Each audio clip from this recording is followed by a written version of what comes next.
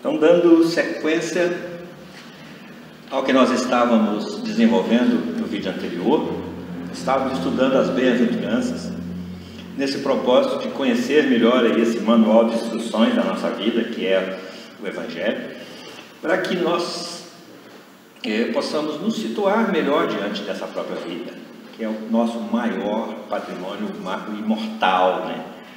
E que nós vimos utilizando meio inconsequentemente, exatamente por não termos ainda adquirido as habilidades necessárias para colher da vida o melhor que ela pode nos oferecer.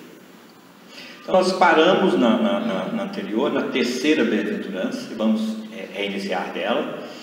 Bem-aventurados os mansos, porque eles herdarão a terra. Herdarão a melhor qualidade de terreno íntimo, com o estado de reino dos céus dentro de si, consequência dessa postura mais mansa, desse estado de mansuetude que consegue cultivar em si, à luz de uma serenidade, à luz de uma resiliência, à luz de uma compreensão, de uma leitura diferente de vida e à luz de um amansamento de si, consequente de ter passado pelas duas bem-aventuranças anteriores. Bem-aventurados os pobres em espírito, porque deles é o reino dos céus, que é base para ficar consolável na segunda. Bem-aventurados os aflitos, porque serão consolados. Estamos voltando lá para a gente embasar essa nossa conversa aqui nesse vídeo. Aí nós chegamos na terceira. O objetivo aqui é a gente mostrar que há uma interdependência entre as bem-aventuranças, que não conseguimos dar saltos de passar de uma para outra. Se conseguimos chegar lá, nós não conseguimos ficar lá. Por que a gente não fica manso o tempo todo? A pergunta que a gente precisa se fazer é: por que eu não dou conta de ficar manso o tempo todo? Por que de vez em quando eu ainda me descontrolo? Eu fico irado, eu fico revoltado, eu fico indignado, eu fico agressivo nas palavras, agressivo no exercício dos sentidos, às vezes até agressivo comendo demais, comendo excessivamente, que muitas vezes é um desequilíbrio que nós trazemos dentro de nós, é uma forma de nós manifestar essa angústia que nós temos dentro de nós, às vezes essa revolta, às vezes essa ira que está dentro de nós. Eu não posso esmurrar ninguém, então eu vou comer. Então, as coisas são muito sutis, né, nesse campo de interpretação, nesse campo de análise. Então, essa mansuetude, nós precisamos de começar a cultivá-la em nós, cultivando as outras duas, porque é um processo, é uma consequência natural. Se nós nos apequenamos um pouco, nos redimensionamos em valores, começamos a renunciarmos a nós mesmos, ficamos consoláveis, aí a brandura chega, e aí isso nos amansa, e aí nós começamos a ter olhos de ver a pequenez do outro também, porque nós todos somos miúdos ainda nessa escala evolutiva. Somos candidatos a anjos, candidatos. Agora nós precisamos de estudar bastante para poder passar nessas provas aí que tem pela frente. Então nós somos concorrentes a anjo. Certamente nós vamos chegar lá, porque Deus é soberanamente justo e bom. Mas nós precisamos de expender energias de nós para esse objetivo. E o Evangelho vem exatamente nos municiar nos capacitar, nos oferecer recursos para que cada um se capacite. É melhor a gente entender assim, porque o Evangelho não nos capacita sozinho, nós é que nos permitimos ser capacitados pelos recursos que Ele nos oferece. Então há essa coautoria nossa nesse processo evolutivo, que nós precisamos estar atentos. Senão a gente cruza os braços e deixa Deus fazer por nós, e não é bem assim. Nós estamos sabendo disso cada vez mais. Se nós temos um objetivo a ser atingido, quem tem que caminhar nesse processo na direção de conquistar esse objetivo é cada um de nós, senão não vai ser conquistado. Então essa terceira bem-aventurança, primeiro esse campo íntimo, que é um terreno que a gente vai herdando gradativamente, esse terreno íntimo, porque cada um de nós, esse terreno onde as sementes do Evangelho são plantadas, e a semente vai germinar e florescer e dar frutos segundo o adubo que nós colocamos nela, a água, o oxigênio que nós oferecemos a ela, senão ela não vai dar frutos. Então, por isso que o Evangelho só não nos modifica. É preciso que nós nos modifiquemos com o Evangelho, que nós abramos caminho, terreno, criemos um piso, um terreno fértil para que as sementes do Evangelho germinem e desenvolvam-se dentro de nós, e que comecem a produzir frutos, que são exatamente a mudança na nossa conduta, na forma que nós nos conduzimos perante nós mesmos, perante a natureza, perante a matéria, perante o Pai, perante o próximo. Então, essa mansuetude vista no campo íntimo. E a outra vertente dessa herança da terra é porque nós estamos num mundo de expiações e de provas, que é uma categoria de mundo inferior. E os Espíritos desenvolvem isso para nós em 3 categorias. Categoria inferior, de mundo intermediário e de mundo superior. Mundo superior é lá para os espíritos grandão. Mundo intermediário é para os espíritos medianos. Mundos inferiores é para os espíritos inferiores. Nós ainda estamos nessa escala que vamos ser intermediários e que vamos ser superiores. Isso é uma garantia que Deus concede a nós quando Ele se estabelece diante de nós como soberanamente justo e bom. Então essa justiça e essa bondade é para todos. Então nessa linha nós precisamos de começarmos a nos preocuparmos com herdar essa terra. O que isso quer dizer? Há mundos semelhantes à terra em evolução, e há mundos inferiores à terra em evolução. É o princípio fundamental número 9, pluralidade dos mundos habitados. E nessa pluralidade, da mesma forma que existe a hierarquia entre almas, entre espíritos, existe também a hierarquia entre mundos. Existem mundos inferiores à terra, existem mundos semelhantes à terra, e existem mundos um pouco superiores à terra, dentre os mundos inferiores, que estão também passando por transição, certamente, porque a Terra não é a única que está em transição nesse momento, dentro dessa pluralidade de mundos habitados. O que é herdar a Terra? É adquirir, ser merecedor do direito de continuar usufruindo dessa Terra renovada. Renovada em valores, renovada em ciência, renovada em artes, renovada em moralidade. Nós hoje vivemos num mundo de expiações e prova, e mundos de expiação e prova, em mundos de expiação e prova prevalece o mal. Nós estamos em processo de mudança, e a Terra sairá desse nível evolutivo, não vai sair do lugar, desse nível evolutivo, e passará a um outro nível de evolução. O que isso quer dizer? Que dentre todos os chamados atualmente a exercer a individualidade aqui na Terra, viver aqui na Terra, dentre todos os chamados, poucos serão escolhidos, segundo Jesus. O que isso quer dizer? Quando ele fala assim, muitos são chamados e poucos escolhidos. O que isso quer dizer?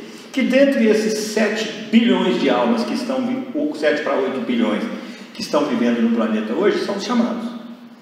Dentre esses, quem serão escolhidos? Jesus vai chegar, você vai, você não vai, você não vai, você não, você não, você não, você vai. Quem vai ser escolhido é quem se tornar escolhível, é quem colocar o seu padrão vibracional vibrando coerentemente com o padrão vibracional dessa nova Terra. Dá para a gente entender isso bem? Então ninguém vai ser escolhido. Quem for é porque merece. E vamos botar uma coisa na nossa cabeça: merecimento é sinônimo de conquista. Conquistar esse direito, isso é um processo natural. Por quê? Porque essa nova frequência dessa Terra, nesse estágio evolutivo onde ela vai se encontrar, que passará a categoria dos mundos intermediários, no lugar que ela está, vamos repetir isso, passará a categoria de mundos intermediários e entrará na categoria dos mundos de regeneração. E nos mundos inferiores nós temos mundos primitivos, está cá embaixo, e mundos de expiações de provas. Então nós temos duas categorias entre os inferiores. Entre os superiores, os mundos entre os intermediários, nós temos os mundos de regeneração. Não temos notícia de outra categoria. Só ficamos sabendo até agora, dentro desses mundos intermediários, que tem essa categoria de regeneração. Lá, ao contrário daqui, prevalecerá o bem. E isso é o nosso objetivo. Só que o bem é somatório. O bem, quem estiver vibrando na frequência que perturbe esse processo de construção e de vivência do bem nessa nova categoria de mundo que a Terra vai atingir, ele será separado. Então vamos ver isso na hora que a gente for estudar os sermões, que Jesus, no sermão profético, ele entra também com a parábola do joio e do trigo, onde haverá o processo de separação. O que é que vai acontecer com o trigo? Será guardado no celeiro. O que é trigo? É aquilo que alimenta, é aquilo que é manso, é aquilo que é bom, é aquilo que é consolado, é aquilo que é consolável, é aquilo que é pequeno espiritualmente, que se apequena, é aquele que é humilde, é aquele que se doa para o próximo, é aquele que pensa coletivo, é aquele que se insere nesse novo padrão vibracional da Terra, energeticamente falando, vibracionalmente falando, porque senão não conseguimos entrar. Seria como a gente hoje, com a capacidade da nossa retina, entrar num ambiente onde a luz do ambiente consegue ultrapassar o que consegue captar a nossa retina. Nós vamos simplesmente não dar conta nem de olhar. É quando a gente se depara com... Se deparássemos hoje com um espírito puro, a luminosidade dele é tamanha que nós não conseguiríamos olhar para ele. É o que acontece com Pedro, Tiago e André lá no fenômeno da transfiguração, quando eles olham para Jesus, Moisés e Elias transfigurados, ou seja, irradiando luz, eles não conseguem fixar o olhar, e o Evangelho fala assim, então eles baixam ou colam, tem traduções diferentes, o rosto em terra. O que é isso? Olha para baixo, porque não dá conta de olhar. Então é da mesma forma, isso aí Jesus fala para nós na parábola do festim de bodas. No meio da parábola do festim de bodas, quando o dono da festa chega e confere os convidados, ele percebe que tem um que não está vestido convenientemente. O que é isso? Que ainda não tem todo o suporte, toda a indumentária. O que é o vestido? O que é o vestido do Espírito? O perispírito, que é o corpo espiritual. E ele é tão mais luminoso quanto maior for a evolução do Espírito.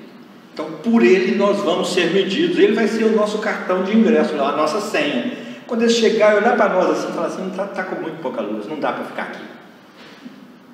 E essa luminosidade é uma consequência da nossa evolução moral. Então, no festim de bodas, de repente o dono da festa chega e olha e fala, tinha um que não estava vestido convenientemente. Esse aí foi retirado do ambiente, porque era preciso de ter um traje. Esse traje é esse aperfeiçoamento perispiritual que nós vivemos. Então, esse ingresso nesse estágio novo da Terra requer uma senha: mansuetude. Porque mansuetude é que combina com o bem que se prevalece lá. Se eu chegar lá bravinho, eu vou perturbar lá o ambiente. Então, o que na parábola do joio e do trigo acontece com o trigo? Ajuntai-o e guardai-o no meu celeiro.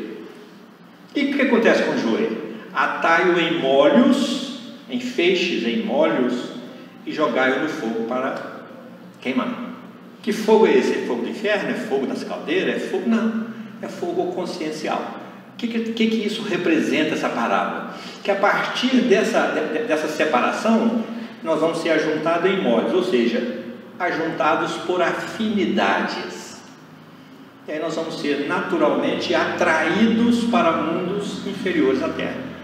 E aí nós vamos ficar de lá, levando no nosso psiquismo e na nossa memória a lembrança da Terra, que já é um vale de lágrimas, mas comparado com esse já é um céu, um pedaço de céu. para nós, um pedacinho de céu, que dirá, se tomando a consciência de que não pôde acessar essa categoria nova, não pôde se candidatar à herança. Candidatar ele pôde, só não pôde se capacitar para ser herdeiro. Então essa terceira bem-aventurança guarda relação com essa nossa necessidade de cada um de nós ir amansando os nossos valores, amansando o exercício dos nossos 5 sentidos. Como estamos, com que brabeza, com que violência nós estamos falando, que energia está conduzindo o nosso olhar, violenta, brava, agressiva, que estão fazendo as nossas mãos. Será que além de ainda não entrar nessa frequência, para uma próxima existência, nós estamos exercendo ela para o mal, tanto que vai ser preciso ser cortada? É Jesus que fala, se a tua mão te é motivo de escândalo, corte-a, porque é melhor que entre na vida sem ela do que ela servir de pedra de tropeço. Será que nós vamos ter que isso acontece lá no plano espiritual, com o nosso consentimento? Agora eu não quero mais chegar lá de mão, não, porque eu não quero usar ela de novo para roubar, eu não quero usar ela de novo para agredir, eu não quero usar ela de novo para praticar violência, eu não quero usar ela de novo para matar, para assaltar, para falsificar, para cometer adulterações em documentos, assinaturas, e toda a transgressão à lei divina. Então é melhor que eu vá sem mãos. De repente surge aqui a criatura, o corpinho, com as mãos, ou às vezes aquelas mãozinhas pequitinhas, que não tem muito jogo, ou às vezes sem mão mesmo, mutilado. Como é que isso acontece? Quando a gente for estudar o perispírito, nós vamos ver que o perispírito tem uma função que é de ser forma do corpo físico na reencarnação. Onde é que corta a mão? É lá. Aí nós interpretamos ao pé da letra e andamos cortando. Tem muitos países aí que cortam literalmente as mãos das pessoas, que tem pena de morte, que é ainda um exercício de uma ignorância sem tamanho das leis divinas, da lei de compaixão, da lei da misericórdia, da prática da justiça real, do amor e da caridade. Aí vamos trazer isso para dentro de nós, vamos tirar dos países, vamos trazer para dentro de nós. Aqui dentro de nós, tem ainda algum homem velho que ainda está querendo fazer justiça com as próprias mãos? Se tem, nós precisamos de amansá-lo. Precisamos de convencê-lo aqui dentro de nós, nos nossos valores, de que ele precisa de rever isso tudo para poder se tornar merecedor, conquistar o direito de viver nessa terra nova. Então é isso que Jesus, com seu manual de instruções, vem nos capacitando, vem nos instrumentalizando para que todos nós possamos ser escolhidos. E para ser escolhidos, porque nós estamos sendo chamados, todos. O Evangelho é para os 4 quadrantes do planeta. Quando vem uma admoestação, como é essa pandemia agora, é para todos os 4 cantos do planeta. Se não fosse uma pandemia e fosse uma endemia ou qualquer outra natureza, e que fosse regionalizada, teria um outro caráter. Então é para um povo, ou para uma região. Mas não, agora é para o planeta Terra.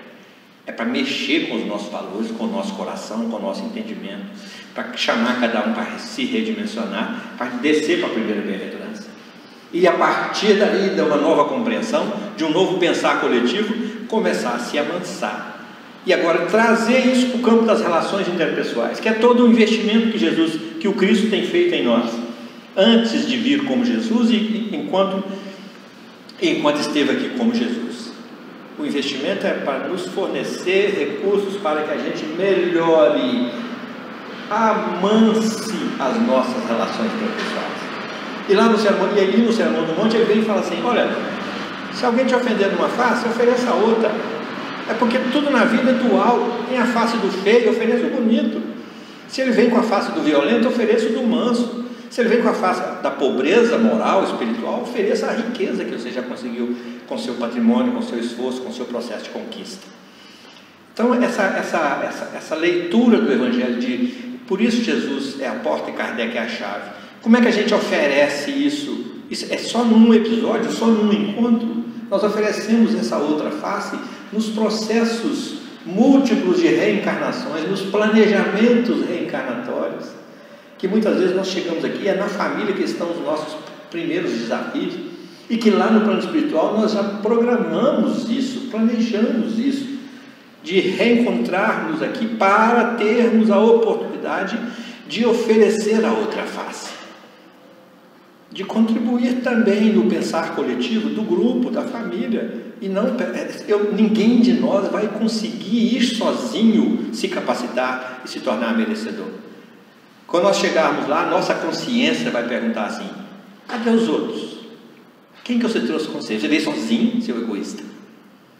Então nós precisamos de abrir o olhar para o coletivo, e esses que nós precisamos de levar, muitos deles são os nossos desafetos.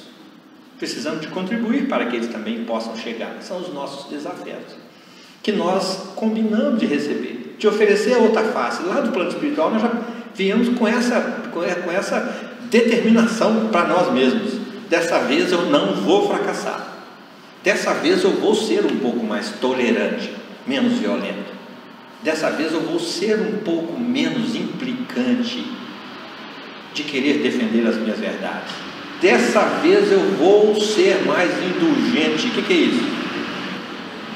A caridade, segundo a entendia Jesus, é benevolência para com todos. Dessa vez eu vou fazer mais o bem para ele, para eu poder ajudá-lo também no seu resgate. Quantos livros nós temos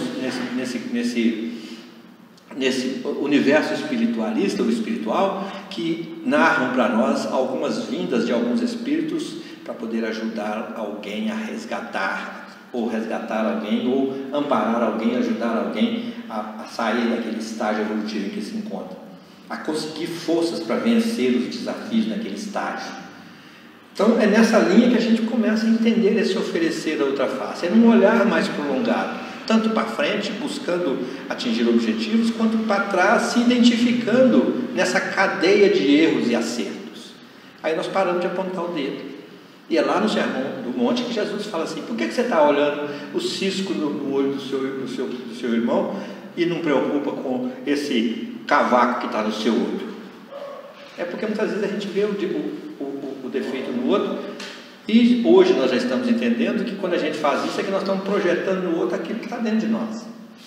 É uma projeção dessa casca de pau que está aqui dentro do nosso olho, e não um cisco.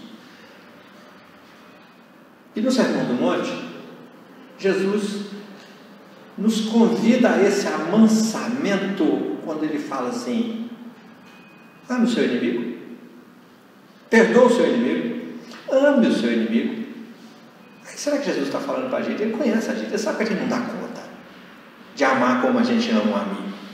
Será que ele está querendo que a gente ame da mesma forma? Não. A razão nos diz que não.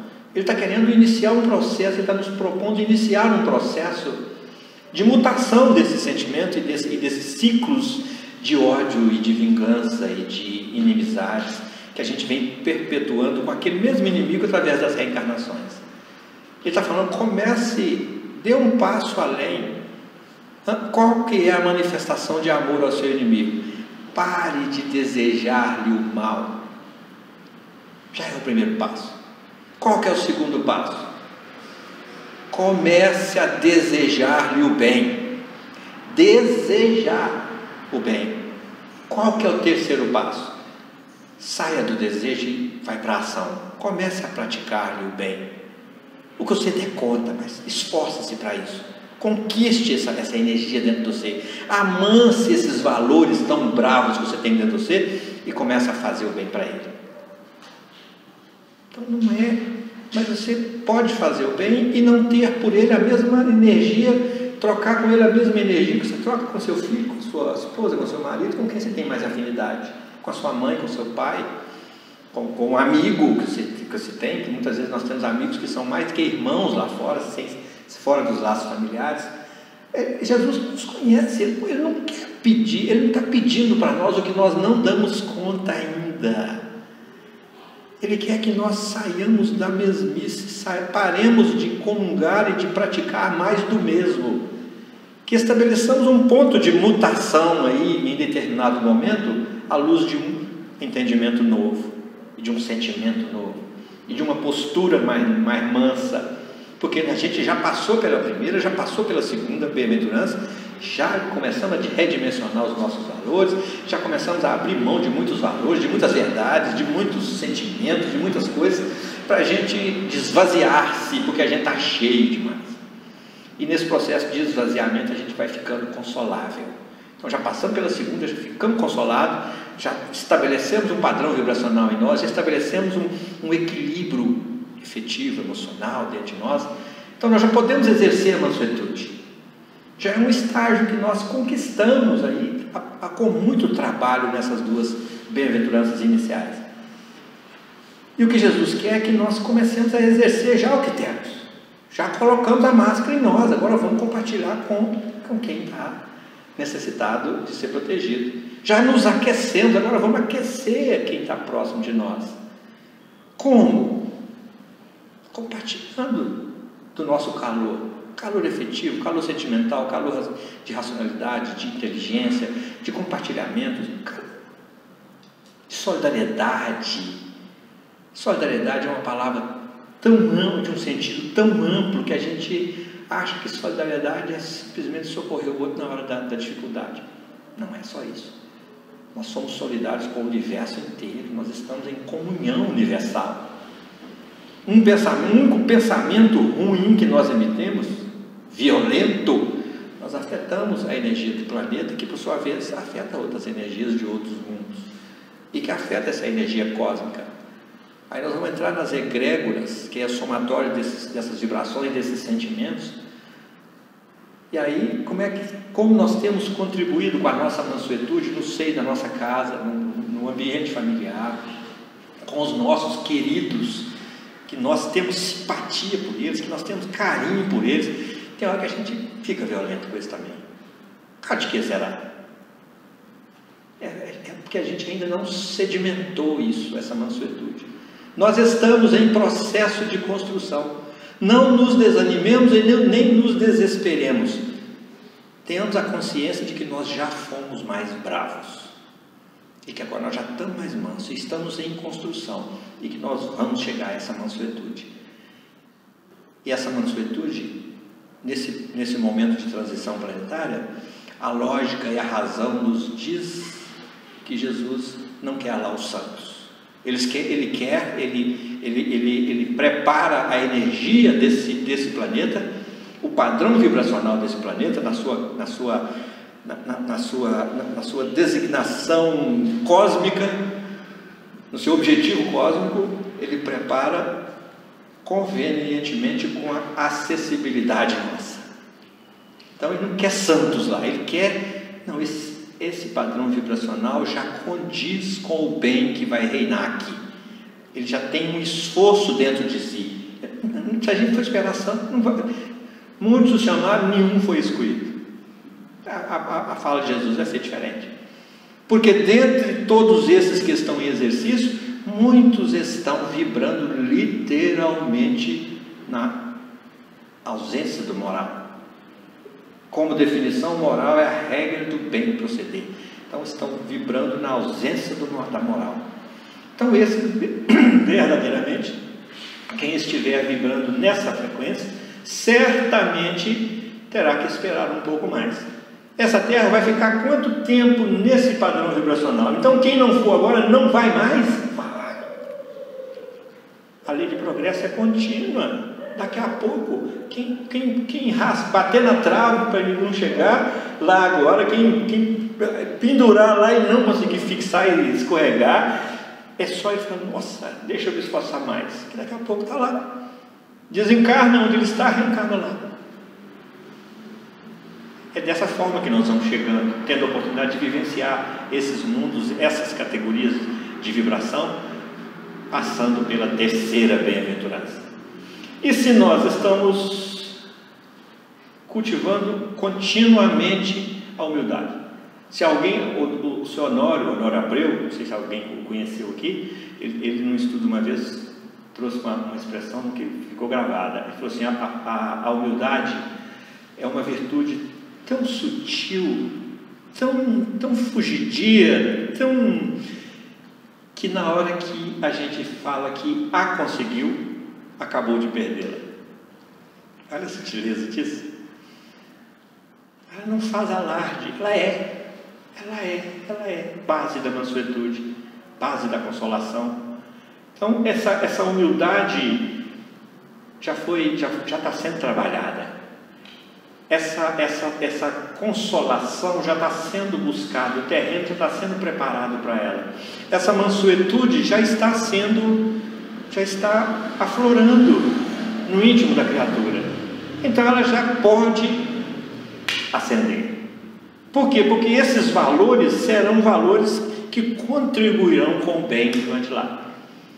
Como ainda não é terra de santos, não é terra de anjos, é um estágiozinho a mais, é um mundo de regeneração. O que é isso? Com o tesouro que você conseguiu ajuntar no céu íntimo de você mesmo, aqui nas experiências do planeta Terra, nesse estágio onde ele se encontra, com esse tesouro você vai utilizar essa moeda, essa base, esse patrimônio, porque onde a gente vai, a gente se leva. Emmanuel fala que a casa mental é o espelho da vida em toda parte.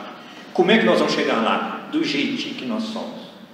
Então é com isso que nós vamos ter de base, vamos usar como base lá para proceder à nossa regeneração. O esforço continua, a luta continua, a briga dentro de nós entre o bem e o mal nesse estágio continuará, mas nós vamos ter base. O homem sensato é aquele que constrói a sua casa mental sobre a pedra, sobre a rocha. Que rocha? As 3 primeiras bem-aventuranças. Nós já estamos com alguns recursos para entrar na 4ª bem-aventurança. E a 4ª bem-aventurança é: bem-aventurados os que têm fome e sede de justiça, porque serão saciados. O que é essa fome e sede de justiça?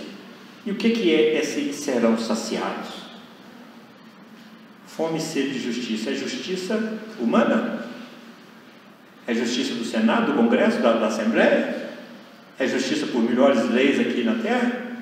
Também, mas com mansuetude. Não é com queimando pneu lá. Não é com aprontando passeatas e fazendo algazarras e aprontando destruições. Isso não é fome de justiça. Isso é manifestação da violência que traz dentro de si. É para a gente ir refletindo, para a gente ir assumindo também politicamente, porque nós estamos inseridos nesse contexto e temos que ter uma visão política, mas temos que ter primeiramente uma conduta política que é aqui dentro. Porque também eles são filhos de Deus e a gente às vezes apedreja, excomunga e quer que queime no fogo do inferno de cabeça para baixo, muitos deles, nos nossos descuidos. Isso não é ter fome de justiça, fome e sede de justiça. É ter fome e sede de justiça divina, justiça de Deus. É ter fome e sede de compreensão, adesão e prática das leis divinas, para que a justiça divina se cumpra em mim, em nós. E, consequentemente, eu possa distribuir disso através da minha conduta, da exteriorização dos meus valores. Porque aí serão saciados. Por quê? Porque a nossa fome, na verdade, é essa. A nossa fome é de ver o bem prevalecer, no estágio de despertamento para o bem em que já nos encontramos. E o bem só vai prevalecer à luz da justiça. E não nos esqueçamos, a justiça traz constrangimento. Por isso Moisés vem primeiro.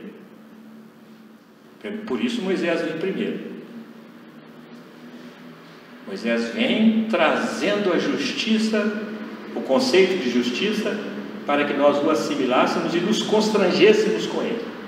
Porque a justiça entra em nós, em nossa consciência, em nosso coração, constrangendo. Para que a partir do processamento da atuação dela, saia amor libertando, saciando. Então a nossa fome hoje é de amor, porque nós ainda estamos muito na frequência só da justiça humana. Então hoje nós estamos submetidos aos efeitos das causas anteriores que nós geramos, lá em outras encarnações. Estamos submetidos às causas atuais que nós geramos, nessa encarnação. e que estamos colhendo. O capítulo 7 do livro Céu e Inferno traz traz o código penal da vida futura. E o código número 1, ou o artigo número 1 desse código, são 33 artigos, se não me engano, no capítulo 7 do livro Céu e Inferno.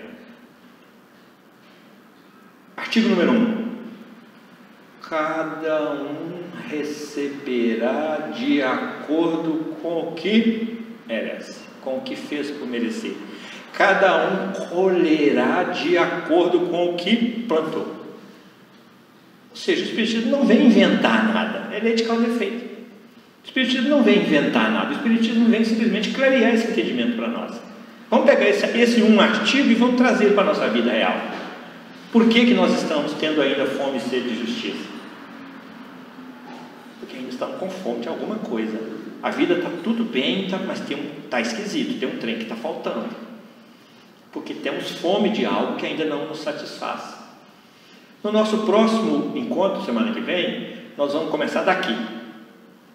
Bem-aventurados os que têm... Semana que vem não, no outro. Bem-aventurados os que têm fome e sede de justiça. Para nós ir dando sequência, passando para a quinta, que é os misericordiosos, para a sexta, que é os puros de coração, e para a sétima, que é os pacificadores. Então, na sequência, a gente vai estudando isso aí. É só nos acompanhar aí, acessando lá a página do Jeff, como tem sido feito, para que a gente dê sequência nesse entendimento dessa interdependência entre as bem-aventuranças e nessa necessidade de nós irmos passo a passo. A natureza não dá salto, a evolução também não, e as nossas conquistas também não. É preciso ter esse embasamento. Tá? Que Jesus nos abençoe, muito obrigado e até muito breve. Até já, para dizer melhor, que semana que vem está logo ali, né? Grande abraço a todos, muito boa noite.